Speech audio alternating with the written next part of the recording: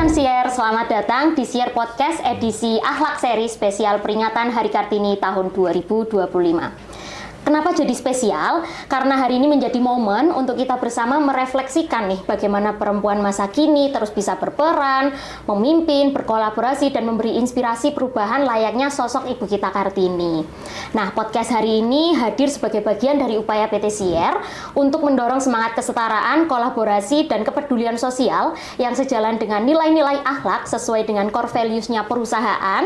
Sebagai intermezzo juga, khusus untuk Insan Sier, nantinya akan ada kuis berhadiah yang sangat menarik di akhir sesi. Jadi pastikan nih teman-teman Insan Sier untuk menyelesaikan podcast ini sampai di ujung. Nah, dalam momen yang penuh makna ini, di sini bersama saya, Naomi Chimera, akan menjadi teman ngobrol kalian semua hari ini dan membicarakan tentang bagaimana sih perempuan masa kini bisa terus memimpin, berkolaborasi, dan menginspirasi perubahan bersama dengan narasumber luar biasa kita hari ini, yaitu Ibu Puspita Ernawati. Jadi beliau saat ini menjabat sebagai Kepala Departemen Tanggung Jawab Sosial, Lingkungan, dan Keberlanjutan. Selamat datang, Ibu Ita. Selamat datang, Mbak Naomi. Terima kasih waktunya sudah diundang ke sini. Terima kasih. Bareng. Terima kasih Bu Ita sudah meluangkan waktunya nih untuk bisa mengisi Siar Podcast edisi Akhlak spesial peringatan Hari Kartini. Gimana kabarnya Bu Ita hari ini? Alhamdulillah sehat. Mbak Naomi sehat? Alhamdulillah. Kebetulan karena ini pancaroba gitu ya teman-teman. Jadi kita harus aware sama kondisi kesehatan kita juga gitu ya. Karena perubahan cuaca riskan dengan adanya perubahan kondisi tubuh juga untuk beradaptasi. Nah, sebelum kita masuk ke cerita-cerita lebih seru lagi tentang Kartini begitu ya Bu Ita. Saya pengen tahu nih Bu Ita, Hari Kartini ini kan pasti punya arti tersendiri gitu ya bagi perempuan Indonesia ya teman-teman. Apalagi sebagai seorang pemimpin suatu tim gitu ya di suatu instansi atau perusahaan. Nah, apa sih makna Hari Kartini di masa sekarang buat Bu Ita, dan jika bicara tentang Kartini masa kini, seperti apa sih sosok yang Bu Ita bayangkan sebagai Kartini masa kini seperti itu Bu Ita? Ya, oke. Buat saya pribadi Mbak, Hari Kartini itu sebetulnya suatu momentum gitu ya, suatu peringatan untuk mengapresiasi perempuan-perempuan di Indonesia begitu, supaya kesetaraan gender yang sekarang jadi isu itu bisa dirasakan oleh wanita Indonesia gitu.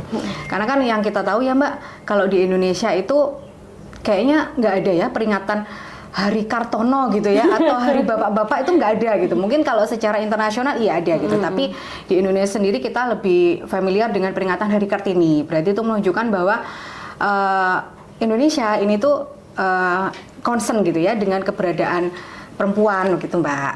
Oke. Terus Kartini sekarang ya, kalau Kartini sekarang itu buat saya adalah sosok perempuan yang bisa menyeimbangkan dirinya gitu. Kalau di rumah gitu kita sebagai istri, sebagai ibu begitu, kalau kita wanita bekerja ya berarti kita harus bisa menyeimbangkan bahwa kita ada porsi di rumah sebagai istri ibu, di kantor atau dimanapun kita bekerja itu kita ada porsi bahwa kita sebagai wanita karir gitu. Kalau itu semuanya bisa berjalan, harapannya memang perempuan wanita itu bisa menjadi yang mandiri, yang tangguh, yang berdaya gitu ya Mbak. Itu sih. Siap, menginspirasi sekali ya Bu Ita. Nah, ngomong-ngomong tentang banyak peran yang dialami oleh perempuan gitu ya Bu Ita. Ada nggak sih Bu Ita tokoh perempuan, baik mungkin tokoh nasional atau tokoh yang secara personal Bu Ita sendiri kenal, yang sangat menginspirasi perjalanan hidup atau karir dari Bu Ita sendiri gitu? Ya.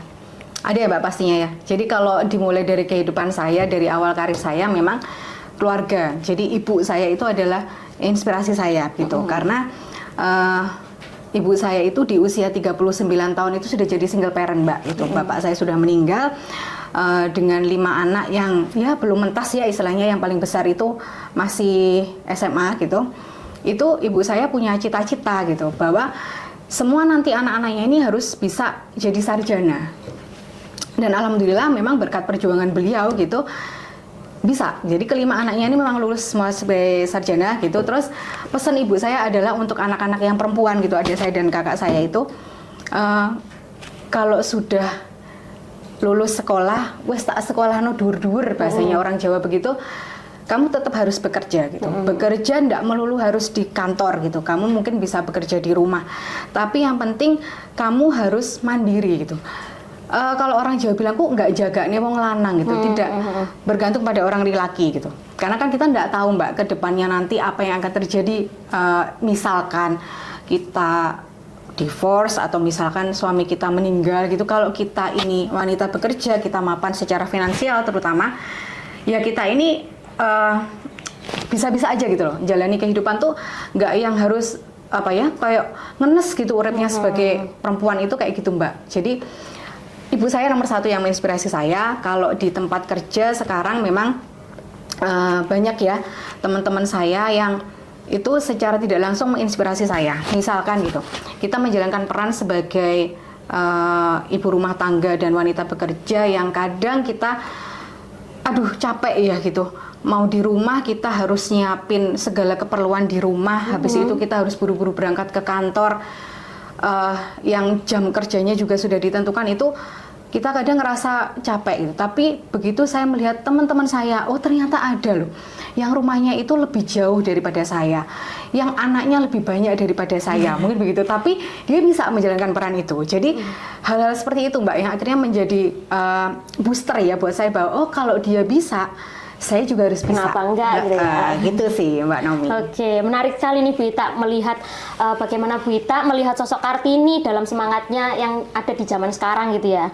Jadi semangatnya Bu Kartini memang selalu relevan di berbagai masa gitu ya sepertinya Bu Ita. Nah kalau bicara soal inspirasi pasti tidak bisa lepas dari perjalanan Ibu sendiri meniti karir nih khususnya di PT Sier gitu ya. Boleh dong Bu Ita cerita sedikit tentang perjalanan karirnya Bu Ita dari awal hingga sekarang gitu. Ya, ini kalau ngomongin karir ini bisa sampai sore Mbak kayaknya Mbak ya. Ini bukan interview loh Bu Ita. Oh iya ya, oke. Jadi karir saya tuh dibilang juga nggak mulus-mulus banget Mbak sebetulnya gitu. Saya masuk di Sier ini 2008. Jadi kalau teman-teman yang lain mungkin nggak banyak yang tahu, mungkin hanya orang-orang terdekat saya yang seangkatan saya begitu bahasanya itu yang tahu bagaimana perjalanan karir saya di sini. Gitu. Jadi memang saya mulainya itu dari nol gitu. Dari mulai jadi karyawan harian iya, kemudian jadi karyawan outsourcing iya, sampai dengan rezeki itu akhirnya datang jadi karyawan organiknya Sier. Jadi saya sebetulnya menginjakkan kaki di Sier ini mulai 2008 gitu. Vibes-nya Sier ini emang udah beda Mbak ya. Kalau zaman dulu tuh kayak kekeluargaannya Sier ini kental banget gitu. Jadi dari 2008 kemudian 2013 saya baru diangkat sebagai karyawan organik, lumayan Mbak tuh 5 tahun. Mungkin kalau sekarang nggak banyak teman-teman yang mengalami proses seperti itu ya. Terus karir saya awal itu ada di keuangan, 12 tahun Mbak saya ada di keuangan sampai akhirnya alhamdulillah bisa mencoba karir di divisi yang lain gitu sampai dengan sekarang saya ada di divisi sekretaris perusahaan, membawai teman-teman satu tim di Departemen TJSL keberlanjutan gitu. Boleh dibilang nggak mulus jalan saya. Mungkin kalau sekarang lebih banyak teman-teman yang karirnya lebih cepat daripada saya gitu. Tapi saya menikmati setiap prosesnya itu. Marah ada, kecewa ada, tidak terima ada, wajar itu ya. Tapi dengan proses itu sampai dengan sekarang ini merupakan satu hasil yang buat saya adalah ini perjuangan gitu. Saya merasa bahwa kalau kita menikmati setiap proses itu kita akan sangat menghargai hasil gitu. Jadi kalau sekarang saya ada di posisi ini, ya sebetulnya saya mengalir aja Mbak gitu. Setiap orang pasti punya mimpi yang apa ya, target atau mimpi yang luar biasa untuk karirnya. Tapi saya berpikir bahwa rezeki itu sudah diatur gitu. Kita hanya tinggal berikhtiar gitu bagaimana kita menjalani setiap prosesnya itu sampai dengan di titik ini. Saya ingin anggap ini adalah hasil yang saya nikmati sekarang setelah melalui perjalanan proses yang panjang gitu. Waduh, itu sih. Ini pesan dari senior ya teman-teman ini senior ya. Dia jauh lebih senior dari saya. Jadi tahun 2008 mungkin saya masih sekolah gitu ya, sekolah dasar gitu Bu Ita. Kelihatan banget perbedaan umurnya ya Pak kalau kayak gini ya Pak ya. Bu Ita ini berarti mengalami perbedaan generasi yang sangat kentara gitu Bu ya, dari baby boomer, ada milenial, terus sekarang ketemu sama teman-teman Gen Z gitu ya Bu Ita. Nah terus karena ada perubahan generasi juga nih Bu Ita. Nah tantangan apa sih Bu yang paling terasa selama menjalani peran sebagai pemimpin khususnya perempuan gitu ya Bu Ita? Apalagi di lingkungan kerja, mengingat kan Bu Ita juga sebagai seorang istri, ibu dari 2 putra dan putri ya Bu Ita ya, yang sekarang sudah aktif bersekolah juga. Gimana tuh Bu Ita? pasti ada ya, pasti tantangan itu ada. Nggak mungkin kalau saya bilang kita kerja tuh lempeng-lempeng aja, lurus-lurus aja tuh nggak, Mbak. Pasti tetap ada naik turunnya gitu. Ya mungkin jujur pasti ada gitu orang yang memandang bahwa perempuan ini kalau jadi pemimpin itu nggak tegas gitu, atau emosinya didulukan gitu. Ya wajar ya, karena memang kalau kata agama atau apa ya Mbak ya, yang kita tuh perempuan itu nafsunya 9, akalnya 1 gitu. Nafsu di sini mungkin saya artikan adalah emosi gitu. Ya wajar gitu. Apalagi dengan perannya perempuan yang di rumah iya, di kantor iya, itu wajar kalau kita punya tingkat emosi yang ya itu lebih tinggi, lebih gede lah daripada laki-laki gitu. Ya mungkin pandangan dari beberapa orang begitu. Oh, perempuan ini tingkat emosionalnya tinggi, terus nggak bisa mengambil keputusan yang tegas begitu kan. Tapi bagaimanapun juga kan kita nih harus bisa menunjukkan itu. Tapi kan jangan lupa nih gitu, perempuan itu juga punya sisi-sisi yang sebetulnya diperlukan dalam dunia kerja, dalam pemimpin yang rasanya itu nggak dimiliki lah gitu sama laki-laki tuh Mbak. Itu sih Mbak Naomi. Oke, berarti nih Bu Ita, mungkin ada beberapa sifat perempuan nih ya Bu Ita, yang memang sebetulnya tuh juga berperan juga di kepemimpinan di suatu instansi gitu ya. Nah, mungkin Bu Ita merasa nih, apa aja sih nilai-nilai unik yang bisa dibawa perempuan dalam memimpin gitu Bu Ita, terutama terkait dengan mungkin kolaborasi, komunikasi gitu ya. Mungkin ada titik-titik tertentu yang memang itu tuh daya juangnya perempuan tuh positifnya ada di situ tuh kayak gitu. Perempuan ini kan lebih peka ya Mbak, hatinya lebih halus gitu ya menurut saya. Jadi ya memang sisi kepekaan ini yang mungkin menjadi sebuah nilai tambah atau sesuatu yang unik nih dari seorang perempuan kalau menjadi pemimpin begitu. Ya nggak jadi pemimpin pun juga kepekaannya perempuan itu pasti lebih dibandingin sama laki-laki gitu. Kemudian kita kita tuh secara natural itu sudah terbiasa untuk mengambil keputusan itu pakai hati.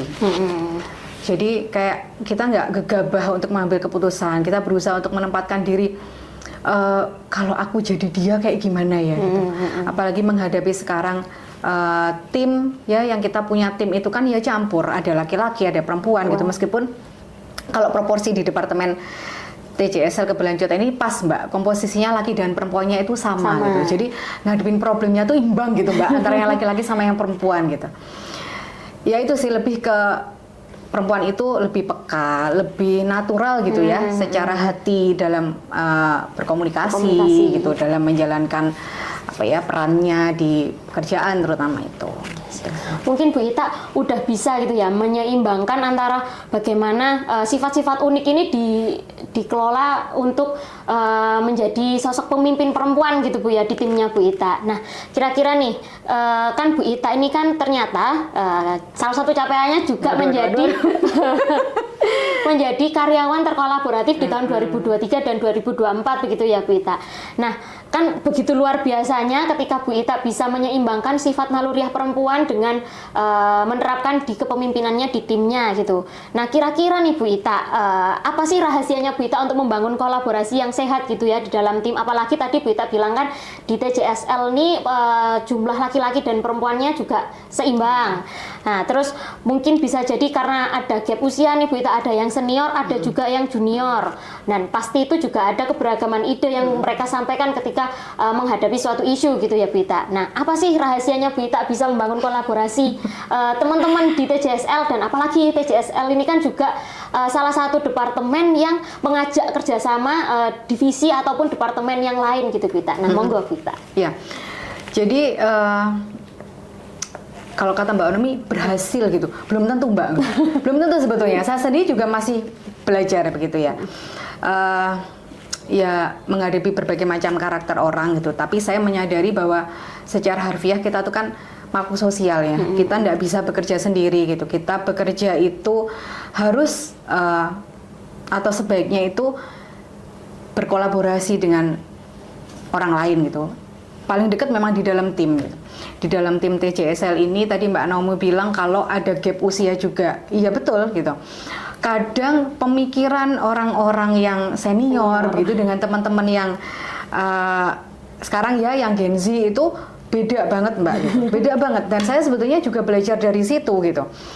Yang pasti nggak bisa kita itu memaksakan untuk bisa dua-duanya berjalan, itu nggak bisa. Kita harus ambil tengah-tengahnya, dan itu memang sekarang masih aku proses belajar. Saya masih proses belajar juga untuk bisa mengenal karakter dari, oh ternyata teman-teman yang senior itu mungkin lebih menang secara pengalaman gitu. Tapi teman-teman yang zaman sekarang nih, teman-teman Gen Z itu secara pendidikan, secara teknologi, secara wawasan sekarang memang mungkin mereka lebih unggul gitu ya, lebih update kan. Jadi gimana, tantangannya adalah gimana antara pengalaman yang teman-teman senior punya dan pemikiran dari teman-teman Gen Z itu bisa ditemukan gitu. Yang pasti ya itu tadi Mbak, bener-bener kayak ya wis kudu legowo gitu ya Mbak. Kalau orang Jawa tuh bilang kayak harus legowo gitu.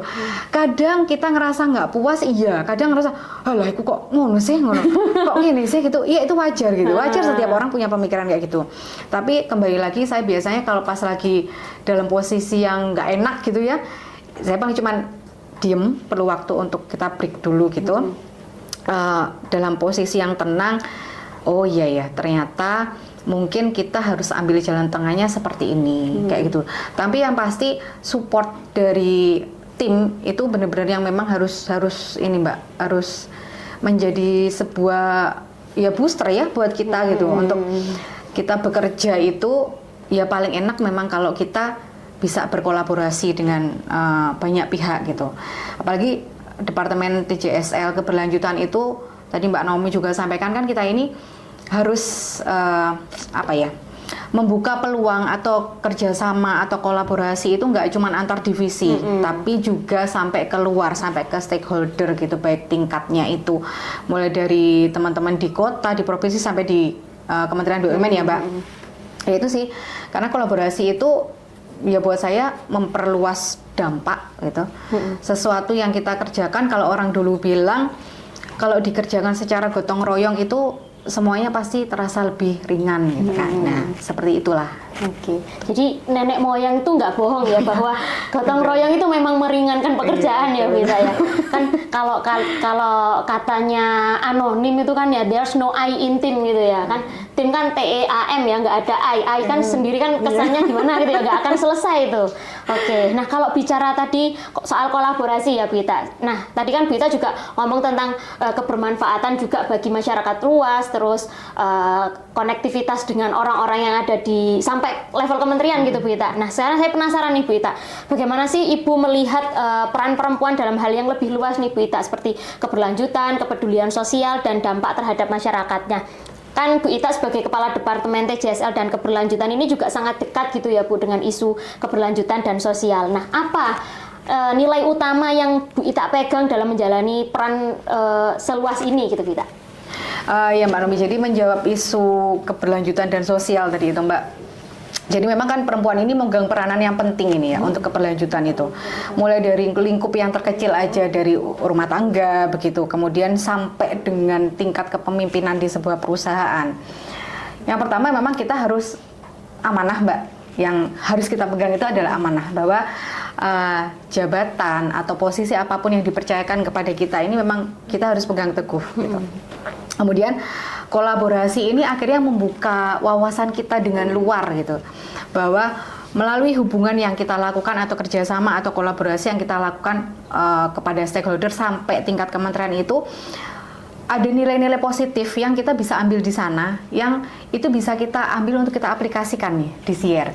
Jadi SIER ini nggak melulu harus terkungkung dengan SIER sendiri gitu, pemikiran SIER sendiri, tapi membuka kesempatan bahwa oh ternyata di luar itu ada ide-ide yang bisa kita ambil, yang bisa kita adopt untuk kemajuan perusahaan, kemajuan SIER, pastinya begitu. Itu sih Mbak sebetulnya yang unsur yang paling saya pegang begitu Mbak. Oke, siap Bu Ita. Nah, bisa ceritakan nggak sih Bu Ita salah satu mungkin contoh program atau inisiatif sosial lingkungan yang pernah dilaksanakan oleh TJSL yang paling berkesan bagi Bu Ita secara pribadi gitu Bu?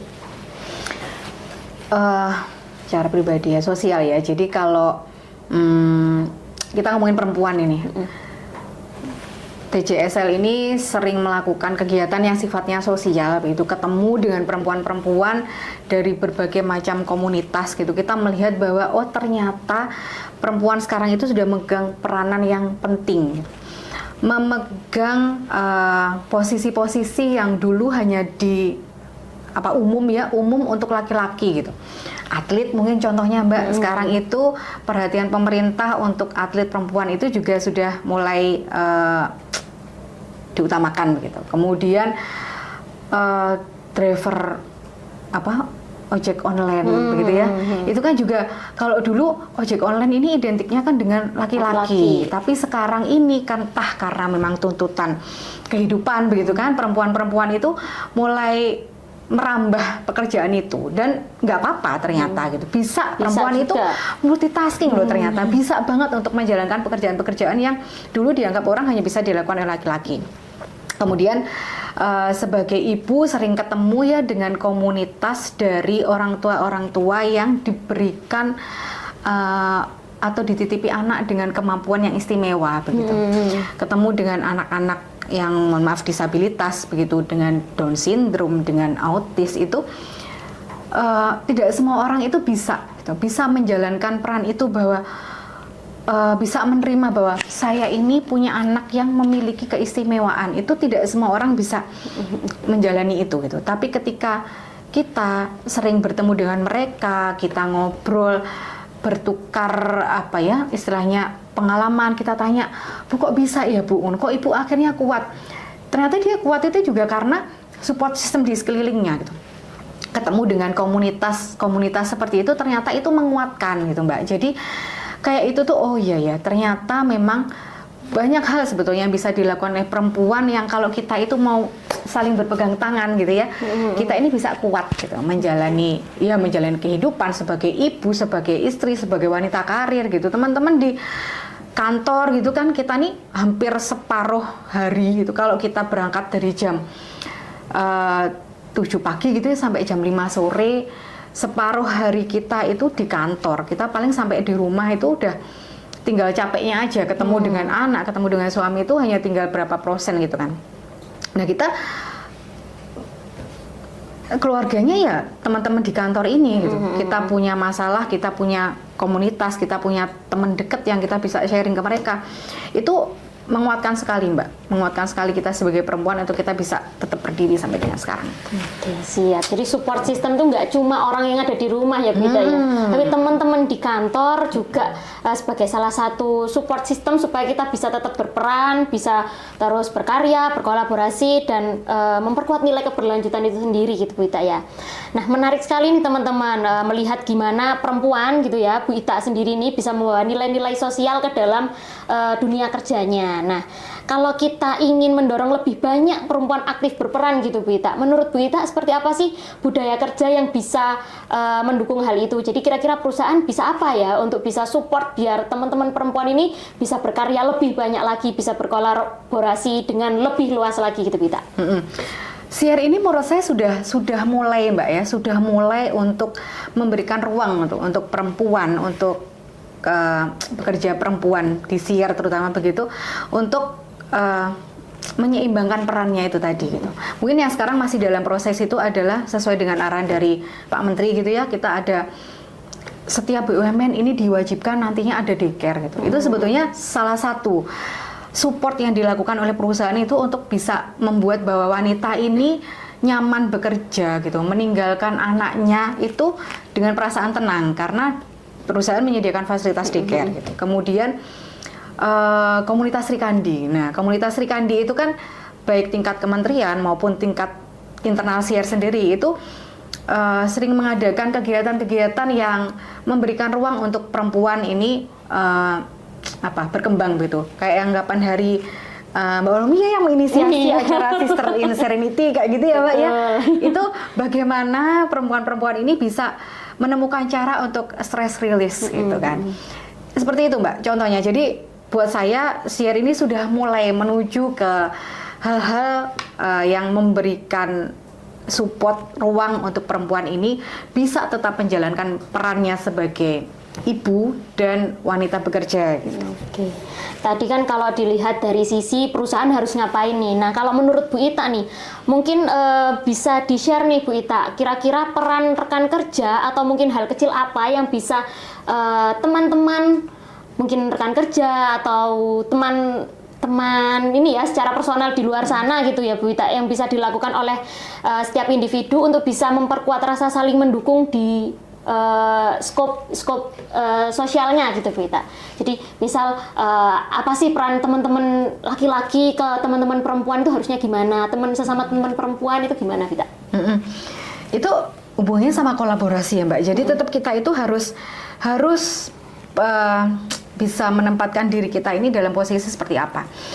Teman-teman laki-laki karyawan di lingkup pekerjaan begitu harus bisa menyadari bahwa oh perempuan ini dia menjalankan peran ganda gitu. Jadi kalau ada sisi emosional yang kadang muncul perempuan, tahu kan ya perempuan tuh punya siklus tertentu itu yang kadang emosinya maut gitu kan ya. Nah itu harus bisa memahami itu gitu. Terus kita juga bisa punya teman dekat, komunitas baik di dalam lingkungan kerja maupun di luar itu yang itu bisa menjadi penguat bagi kita gitu. Saya senang loh Mbak kalau ngelihat teman-teman sekarang ini terutama ya yang Gen Z itu mereka punya teman-teman komunitas membaca gitu. Mbak Nomi ada kayaknya ya, Mbak Nomi ya baca tuh. Terus ada yang senang olahraga itu punya komunitas olahraga kayak gitu. Ya itu menurut saya salah satu yang menjadi support gitu untuk kita perempuan ini. Oh kalau kita merasa bahwa kita lagi ada masalah, itu kita bisa nih curhat dengan teman-teman atau dengan komunitas yang sefrekuensi dengan kita, yang dari situ kita bisa dapat masukan, kita dapat ilmu-ilmu begitulah. Ya itu Mbak, jadi memang laki-laki dan perempuan itu harus memegang peran yang sama di perusahaan. Kalau saya bilang itu ya harus saling menyadari gitu, tepo seliro lah Mbak ya, istilahnya harus begitu. Laki-laki, mas-mas, karyawan-karyawan tolong menyadari ya kalau kita perempuan kadang agak-agak jengkelin kayak gitu ya, itu harus dipahami. Hormonal. Nah itu hormonal, jadi harus tahu nih, oh kayak begitu. Oke, siap. Jadi tepo seliro gitu ya teman-teman. Kita harus bisa menempatkan sepatu kita mungkin di sepatunya orang lain kayak gitu. Nah, ini menuju penghujung podcast nih Bu Ita. Sebelum kita tutup, saya pengen denger nih pesan dari Bu Ita. Kalau Ibu bisa menyampaikan harapan atau pesan untuk para Kartini masa kini, mungkin nggak hanya Kartini saja, mungkin para Kartono juga, baik di dalam PT Siar maupun di luar sana. Apa sih yang pengen Ibu sampaikan gitu Bu? Apalagi untuk teman-teman yang mungkin sedang merintis karir atau kehidupan dan pengen memberi dampak yang lebih luas gitu. Aku mungkin lebih ke ini ya Mbak, karena ini momennya Hari Kartini gitu ya. Mungkin aku lebih fokusnya ke teman-teman karyawati gitu, teman-teman perempuan gitu kan. Perempuan itu harus berkarir, iya, harus wajib buat saya gitu. Tapi teman-teman juga tetap harus bisa memposisikan diri bahwa kita memiliki peran yang ganda gitu. Nanti kalau teman-teman sudah menikah, berarti teman-teman ada porsi di rumah, ada porsi menjadi seorang istri, ada porsi menjadi ibu. Kalau di kantor ya berarti ada porsi menjadi karyawan di kantor begitu. Itu tetap harus bisa kita seimbangkan gitu. Yang orang yang berhasil itu menurut saya yang keduanya bisa berjalan seiringan. Banyak contoh-contoh di sini ya, kita bisa lihat aja sih. Ibu-ibu direksi kita itu kan masih muda-muda gitu. Mereka juga secara posisi di rumah dan di kantor dan karirnya itu memang cemerlang dan itu bisa berjalan seiringan gitu. Jadi tetap berkarir iya gitu, tapi jangan lupakan bahwa kita punya kodrat yang ini harus dibedakan gitu antara di rumah atau di kantor. Terus buka wawasan seluas mungkin, menjalin komunikasi, kolaborasi dengan teman-teman di dalam atau di luar gitu, ya itu membuat kita semakin berkembang Mbak gitu. Karena kita nggak mungkin, ya kita mau begini-begini aja kan nggak bisa ya gitu. Kita tetap harus mengikuti ini zamannya begini, kita harus berubah gitu. Kita harus mengikuti arah kedepannya nanti kayak gimana. Itu aja sih. Siap. Terima kasih banyak Bu Ita atas sharing yang luar biasa hari ini. Tadi sudah dirangkum sendiri gitu ya sama Bu Ita terkait dengan pesan dan harapan buat teman-teman perempuan di luar sana gitu ya. Rasanya obrolan kita hari ini nih sangat berat gitu ya, sangat kaya akan makna. Dan dari makna Hari Kartini, terus perjalanan karir, kolaborasi, sampai bagaimana nih perempuan bisa membawa dampak sosial dan keberlanjutan. Semoga cerita dan pesan yang disampaikan oleh Bu Ita hari ini bisa menginspirasi seluruh insan siar khususnya, maupun audiens dari siar podcast gitu ya. Bukan hanya perempuan, tapi kita juga bisa terus menciptakan lingkungan kerja yang kolaboratif, inklusif, dan berdampak. Sampai jumpa di episode berikutnya, dan sekali lagi selamat Hari Kartini tahun 2025. Mari terus jadi bagian perubahan positif. Salam hangat dari kami untuk seluruh Kartini masa kini.